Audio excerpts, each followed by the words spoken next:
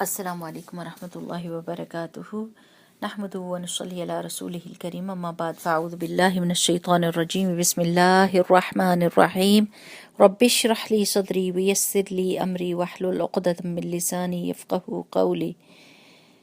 اللہ سبحانہ و تعالیٰ میرا سینہ کھول دے نا، اور اس کھلے ہوئے سینے کے اندر کیا جائے گی؟ اصلاح جائے گی، بہتری جائے گی، علم جائے گا، آسانی جائے گی نا۔ اللہ سبحانہ تعالیٰ میرا سینہ کھول دے۔ ویسر لی امری، اللہ سبحانہ تعالیٰ میرا سیکھنا، سکھانا، بولنا، سمجھانا سب کام ہو جائے اور آسانی کے ساتھ ہو جائے۔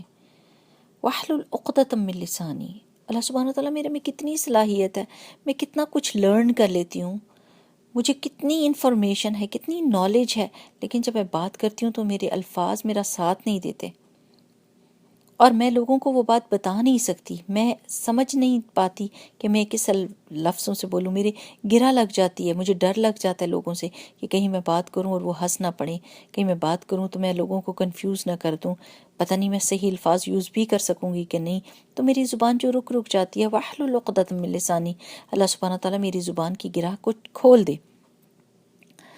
واحلل عقدۃ من لسانی یفقہوا قولی، کہ سب کے سب میری بات سمجھ جائیں، میرے جیسچرز کو، میری آنکھوں کے اشارے کو، میری زبان کو، میرے الفاظ کو سب سمجھ جائیں، ان کی حقیقت۔ جیسے کبھی ہوتا ہے نا کہ آپ بات کرتے ہیں تو مس انڈرسٹینڈ کرتے ہیں لوگ، یعنی آپ کسی اور نیت سے، کسی اور ارادے سے بات کر رہے ہوتے ہیں، لیکن وہ آپ کا کچھ اور ہی مطلب نکالتے ہیں آپ کی بات کا، تو مس انڈرسٹینڈنگ ہو جاتی ہے۔ یفقہوا قولی، سب میری بات سمجھ جائیں آسانی کے ساتھ۔ تو دعائیں تو بہت خوبصورت ہیں، سبحان اللہ، قرآنی اور مسنون دعائیں انتہائی خوبصورت اور جامع دعائیں ہیں، لیکن بات یہ ہے کہ آپ کے دل کی حضوری بہت ضروری ہے۔ You should be able to understand نا، کہ کیا میرے منہ سے نکل رہی ہے، کتنی بڑی بات ہے جو میں کر رہی ہوں اور کتنی بڑی چیز میں مانگ رہی ہوں، تو پھر وہ خشوع اور خضوع بھی آتا ہے، رغبہ بھی آتی ہے، رہبہ بھی آتا ہے، ڈر لگتا ہے اللہ سبحانہ و تعالیٰ سے مانگتے ہوئے کہ کس منہ سے مانگوں گی، لیکن اللہ سبحانہ و تعالیٰ سے امیدیں بھی اتنی ہوتی ہیں کہ وہ تو الرحمن الرحیم ہے، غفور الرحیم ہے، مجھے بخشے گا ہی تو یہ میری دعا قبول کرے گا، تو آپ اللہ سبحانہ و تعالیٰ سے امید بھی لگاتے ہیں۔ ٹھیک، تو دعا کا مطلب ضرور سمجھنا، کیونکہ اب رمضان آ رہا ہے اور وہ سارا دعاؤں کا مہینہ ہے، تو آپ نے کیا کرنا ہے، اپنی دعا سوچ سمجھ کے پڑھنی ہے۔ آپ دیکھیں کہ اکثر ایسے ہوتا ہے کہ آپ کو چھوٹی سی آیت سمجھ آتی ہے تو آپ کہتے ہیں ہائے اللہ میں کیسے سمجھاؤں، میں کوئی عالمہ تھوڑی ہوں، میری زبان کی گرہ اور شیطان کے وسوسے ہوتے ہیں کہ مجھے سمجھ بھی آ گئی ہے کوئی چیز، میں آگے بتاتے ہوئے ڈرتی ہوں۔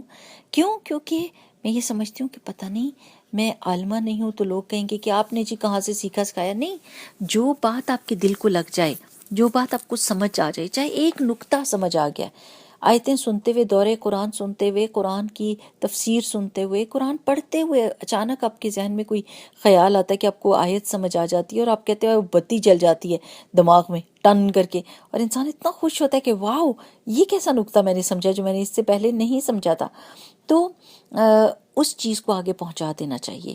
رسول اللہ صلی اللہ علیہ وسلم نے فرمایا تھا بلغوا عنی ولو آیہ، جو آگے مجھ سے پہنچایا کرو چاہے ایک آیت بھی صحیح، کوئی آیت سمجھ آ گئی، آپ کہیں اپنی سہیلی کے ساتھ بیٹھ کے اوف آئی ریئلی انجوائڈ یسٹرڈے، کیوں بھئی کیا ہوا، بڑی کوئی خاص بات ہوگی، کوئی پارٹی پہ چلی گئی، کوئی پکنک منا لی، کوئی اچھا سا سیٹ خرید لیا، نو، آئی انڈرسٹوڈ این آیا آف قرآن، مجھے اتنی پیاری سمجھ آئی ہے اس کی، and that's bigger and more precious than anything in this world, اور آپ اس کو یہ بتا دیں کہ مجھے یہ سمجھ آئی ہے بات اس آیت سے، بس آپ کے عالم ہونے کی ضرورت نہیں، آپ عالم تبھی ہو گئے جب آپ کو اس آیت کا علم آ گیا، تو ٹھیک ہے، کم از کم اس آیت کے تو عالم ہے نا۔ پھر یہ کہ دیکھیں جیسے ابھی آپ پڑھ رہے ہیں نا کہ سورہ ملک یاد کر رہے ہیں، تو پہلی آیت کیا ہے، تبارک الذی بیدہ الملک وہو علی کل شیء قدیر، کہ اللہ سبحانہ و تعالیٰ کی ذات بابرکت ہے۔ اچھا، بابرکت ہے، کیا مطلب ہے اللہ کی ذات بابرکت ہے؟ جیسے ابھی آپ نے قول سنا تھا ما ہی البرکہ، برکہ ہوتی کیا ہے؟ کہ آپ کہتے ہیں نا میرے کام میں برکت ہو گئی، میری صحت میں برکت ہو گئی، میرے وقت میں برکت ہو گئی، تو پوچھتے ہیں برکہ ہے کیا؟ ہی جند خفی من جنود اللہ، یہ چھپا ہوا جند ہے، لشکر ہے، آرمی ہے، اللہ کے بہت سارے لشکروں میں سے ایک لشکر ہے اللہ کی بہت ساری آرمیز جو آپ کی مدد کے لیے تیار رہتی ہیں، ان میں سے ایک آرمی ہے۔ یرسلھا لمن یشاء من عبادہ، وہ بھیجتا ہے اپنے بندوں میں سے جس میں سے کسی کے اوپر چاہتا ہے۔ فاذا حلت، جب پھر یہ کھل کر آ جاتی ہے، کس میں؟ برکہ جو ہے وہ کہاں آ جاتی ہے؟ فی المالی، مال میں، تو کیا کرتی ہے؟ اکثرت ہو، اس مال کو زیادہ کر دیتی ہے۔ برکہ دیکھیں، برکہ کا مطلب آپ کو سمجھا رہے ہیں نا کہ برکہ جب مال میں ہوتی ہے آپ کہتے ہیں تو کیا ہے؟ اکثرت ہو، اس کو زیادہ کر دیتی ہے۔ فی الولدی، جب وہی برکہ اولاد میں آ جاتی ہے، اصلحت ہو، تو وہ اس کی اصلاح کر دیتی ہے، اس کو صالح بنا دیتی ہے، نیکوکار بنا دیتی ہے، اس کی سوچ کو درست کر دیتی ہے، اس کے عمل کو نیک کر دیتی ہے۔ وفی الجسمی، اور جسم میں جب یہ برکہ آ جاتی ہے، قوت ہو، تو اس کو قوت دے دیتی ہے، اس کو طاقت دے دیتی ہے۔ وفی الوقتی، اور جب یہ وقت میں آ جاتی ہے، عمرت ہو، تو اس کو لمبا کر دیتی ہے، اس کو طول دے دیتی ہے۔ وفی القلبی، اور جب دل میں آ جاتی ہے، اسعدت ہو، تو اس کو خوش کر دیتی ہے۔ دل آپ کا بہار رہتا ہے، آپ خوش خوش رہتے ہیں، آپ کو کوئی ریگریٹ نہیں ہوتا، آپ کو کوئی غم نہیں لگتا، آپ ہر حال میں اللہ سبحانہ و تعالیٰ کے شکر گزار اور خوشگوار بندے بن جاتے ہیں، ہے نا، خوشگوار لوگوں کے لیے بھی اور اپنے لیے بھی۔ تو سبحان اللہ، یہ برکہ ہے۔ اب مجھے اگر برکہ کا مطلب سمجھ آ گیا اور مجھے پتہ چل گیا کہ میرے رب کے ہاتھ میں بادشاہی ہے ساری کائنات کی، اور وہ برکہ مجھے کس کس طرح دے گا؟ میرے مال میں کثرت کے ساتھ، میری اولاد میں اصلاح کے ساتھ، میرے جسم میں قوت کے ساتھ، میرے وقت میں طول کے ساتھ، میرے قلب میں، میرے دل میں خوشی کے ساتھ، اتنا کچھ میرا رب دے سکتا ہے۔ سبحان اللہ!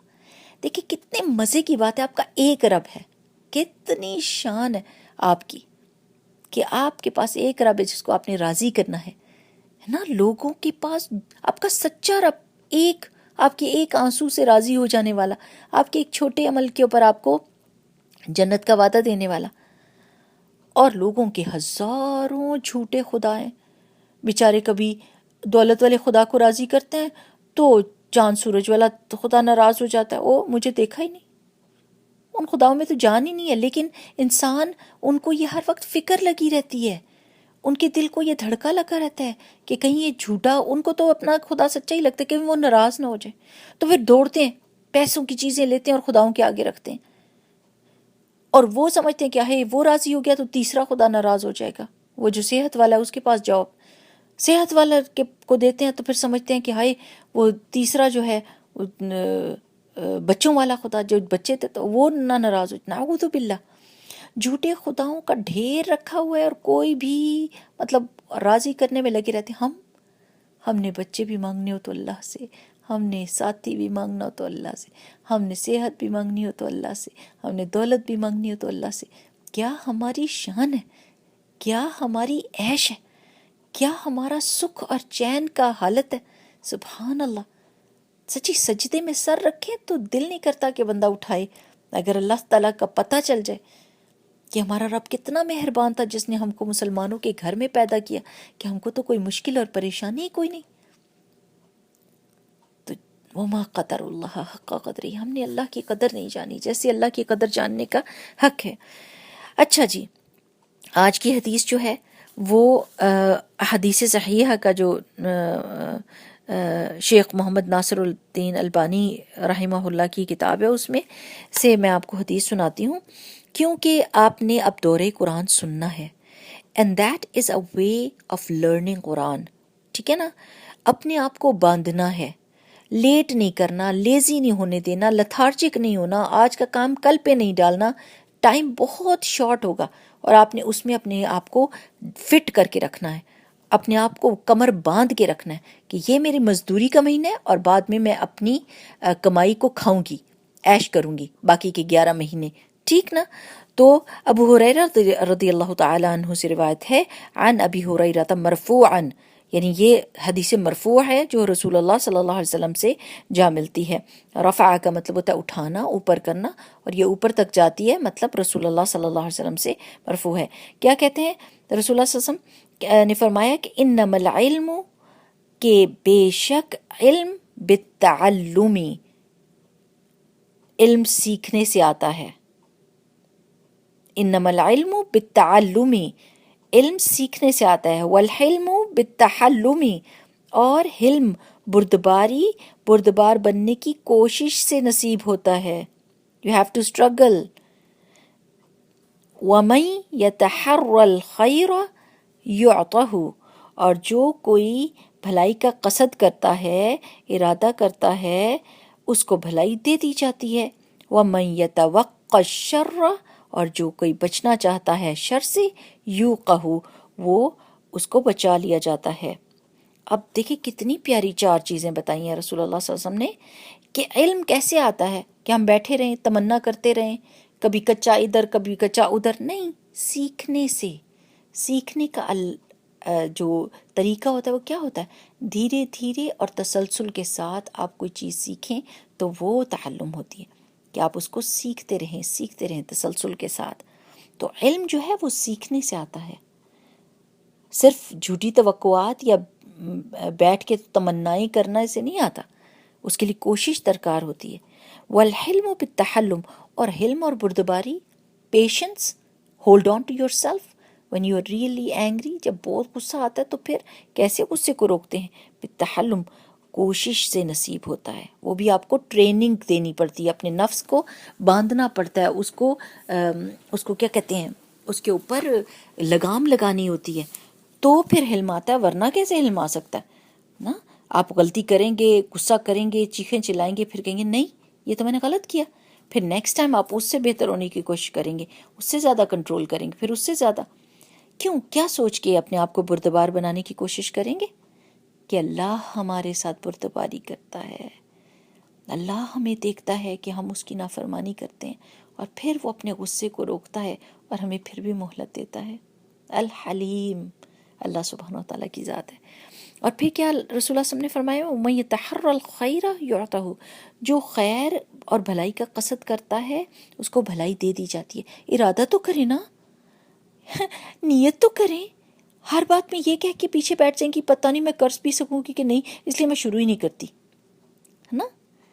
تو سبحان اللہ سبحان اللہ، بہت سارے لوگوں سے یہ بات سنی ہے کہ وہ کہتے ہیں کہ ایک چیز کرتے ہیں، دین میں سے ایک چیز کو اٹھاتے ہیں اور دوسری چیز کو چھوڑ دیتے ہیں. پوچھو بھائی کیوں ایسا کیا، کیوں چھوڑی؟ کوئی چوائس تو نہیں تھی. کوئی وہ کہتے ہیں ایسے ہوتا ہے نا کہ چوائس ہوتی ہے 10 کوشچنز میں سے 7 اٹیمپٹ کر لیں، 3 کو بے شک چھوڑ دیں. ایسا تو کوئی چوائس اللہ سبحانہ و تعالیٰ نے ہم کو فرائض میں نہیں دی کہ فرض چلو یہ والی چیز فرض چھوڑ دینا اور وہ کر لو گے تو میں تمہیں بخش دوں گا. نہیں، جیسے لوگ کہتے ہیں کہ جو نمازی ہوتے ہیں بڑے سخت ہوتے ہیں اور وہ بہت بڑے چیٹرز ہوتے ہیں اور وہ یہ برائی کرتے ہیں وہ برائی کرتے ہیں، اس لیے میں نے نماز ہی نہیں پڑھنی. آپ وہ نمازی بن جائیں نا. نماز کی تو آپ کے پاس چوائس نہیں ہے کہ آپ نماز چھوڑیں گے کہ دوسرا بندہ نمازی ہے اور وہ برے کام کر رہا ہے تو میں نماز نہیں پڑھتا. آپ یہ کہیں کہ میں برے کام کبھی نہیں کروں گا. کبھی ایسا ہوا ہے کہ اپنی زندگی میں یہ کہا ہو کہ جو روٹی کھاتے ہیں، جو کھانا کھانے والے لوگ ہیں وہ تو بہت ہی خراب ہوتے ہیں تو اس لیے میں صرف پانی پہ ہی گزارا کروں گا، میں کھانا نہیں کھاؤں گا؟ دونوں چیزیں آپ کی ضرورت ہے نا، پانی بھی اور کھانا بھی. کیا آپ کہیں گے کہ چھوڑ دیں گے کہ دوسرے جو کھانا کھا رہے ہیں وہ بہت ہی گندے ہیں، وہ بہت گندے کام کرتے ہیں کھانا کھا کے، تو میں کھانا ہی نہیں کھاؤں گا؟ نہیں نہیں نہیں نہیں نہیں. آپ یہ کہتے ہیں کہ ہو میں کھانا بھی کھاؤں گا اور پانی بھی پیوں گا لیکن کام میں اچھے کروں گا، میں ان جیسے برے کام نہیں کروں گا، ہے نا. تو بالکل ایسے ہی فرائض میں آپ کے پاس کوئی چوائس نہیں ہے. آبلیگیٹری جو چیزیں ہیں، جو کمپلشن ہیں، جو اللہ سبحانہ تعالیٰ نے کمپلسری ایکٹ آپ کو کہے ہیں، نماز پڑھنا، عورتوں کے لیے پردہ کرنا، اور ساری وہ چیزیں جو فرائض میں آتی ہیں وہ آپ نے کرنی ہی کرنی ہیں. آپ وہ بندے بن جائیں، لوگوں کو دکھائیے کہ نمازی اچھے، صالح، اسٹریٹ فارورڈ نا، اور ٹروتھ فل، ٹرسٹ وردی ہوتے ہیں. Be that person so that people can follow you. They are going to look at you and say no that notion is wrong, کہ جو لوگ دین میں آ جاتے ہیں وہ چیٹر ہوتے ہیں. نہیں، have a look at this person, he is so nice. تو جو بھلائی کا قصد کرتا ہے، ارادہ کرتا ہے کہ میں نیکی کر کے چھوڑوں گا، اللہ سبحانہ وتعالیٰ اس کو موقع بھی دے دیتے ہیں. تو آپ اس رمضان کے لیے پکی اپنی یہ عادت بنا لیں کہ اللہ تعالیٰ سے کہیں اللہ سبحانہ وتعالیٰ ایک تو میں نے بہت ساری نیکیاں کرنی ہیں، مجھے موقع تو نے دینے ہیں اللہ سبحانہ تعالیٰ، یہ دیکھ میں ارادہ کر رہی ہوں اور مجھے موقع چاہیے بہت ساری نیکیاں کرنے کی، اور ایسی بڑی نیکیاں کہ جن کے اوپر قیامت کے دن میری بخشش ہو سکے، اور اللہ سبحانہ تعالیٰ میری گردن آپ نے چھڑانی ہی ہے جہنم سے، اور اس رجسٹر میں میرا نام لکھنا ہی ہے جس کو آپ پیار کرتے ہیں اللہ سبحانہ تعالیٰ۔ پھر آخری بات کیا رسول اللہ صلی اللہ علیہ وسلم نے فرمائی، وَمَن يَتَوَقَّ الشَّرَّ، اور جو بچنا چاہتا ہے، یہ وقا یا اس سے ہے، وقا کس کو کہتے ہیں، بچنے کو، جیسے تقوی کا روٹ لیٹر بھی یہی ہے، واو قافیہ، تو من یتوقع، جو کوئی بچنا چاہتا ہے، شر سے یوقع، تو اس کو برائی سے بچا لیا جاتا ہے۔ جو اپنا پہلو بچانا چاہتا ہے، جو ڈرتا ہے برائی سے، اللہ سبحانہ و تعالیٰ اس کو اس برائی سے بچا لیتے ہیں۔ حالانکہ اس میں یہ طاقت نہیں ہوتی کہ وہ بچ سکے، لیکن اللہ کی مدد آ جاتی ہے نا، جندن خفی آ جاتے ہیں مدد کرنے کے لیے، اللہ سبحانہ و تعالیٰ کے چھپے ہوئے لشکر آ جاتے ہیں ہماری مدد کرنے کے لیے۔ تو اللہ سبحانہ و تعالیٰ سے دعا ہے کہ ہم علم بھی حاصل کریں، ہے نا، سیکھیں اور سکھائیں، اور حلم بھی کریں، یعنی بردباری، اپنے آپ کو ہولڈ کر کے رکھنا، اپنے آپ کو بری عادتوں سے، برے رویے سے روک کر رکھنا، اور خیر کی نیت بھی ہم نے کرنی ہے کہ اللہ سبحانہ تعالیٰ بہترین خیر ہم سے نکلوا، اور برائی سے بچنے کی بھی دعا کرنی ہے۔ تو اللہ سبحانہ و تعالیٰ بہترین رمضانوں میں سے ایک رمضان ہمارا یہ ہو انشاءاللہ۔ بہت ساری دعائیں آپ سب لوگوں کے لیے، اللہ سبحانہ و تعالیٰ آپ سب کو خوش رکھے، صحت تندرستی دے، اور اس رمضان میں سے اللہ سبحانہ و تعالیٰ عزت کے ساتھ اور سرخروئی کے ساتھ ہم کو نکالے، ہم اس رمضان میں انٹر ہوں اس سوچ کے ساتھ کہ اللہ کو راضی کریں گے، اور اس رمضان میں سے نکلیں اس خوشی کے ساتھ کہ اللہ ہم سے راضی ہو انشاءاللہ۔ سبحانک اللہم و بحمدک، نشہد ان لا الہ الا انت، نستغفرک و نتوب الیک۔ السلام علیکم ورحمۃ اللہ وبرکاتہ۔